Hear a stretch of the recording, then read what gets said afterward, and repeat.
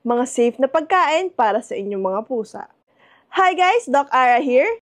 Una, meats. Since our cats are obligate carnivores, pwede sila sa mga karne like beef, chicken, pork, lamb, turkey, fish, some healthy fish like salmon. Make sure before serving this, cook and also tanggalin yung buto at tinik. And also yung skin. Eggs, pwede rin sila, rich in protein and amino acids. For vegetables naman, those who are high in fiber and vitamins are cucumber, broccoli, steamed broccoli to be specific, carrots, asparagus, and peas.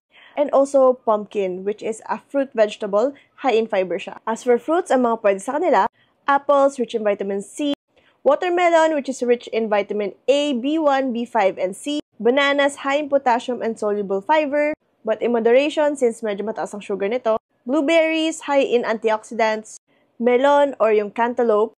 So yun yung mga pagkain na safe for cats. And don't forget guys to consult your veterinarian.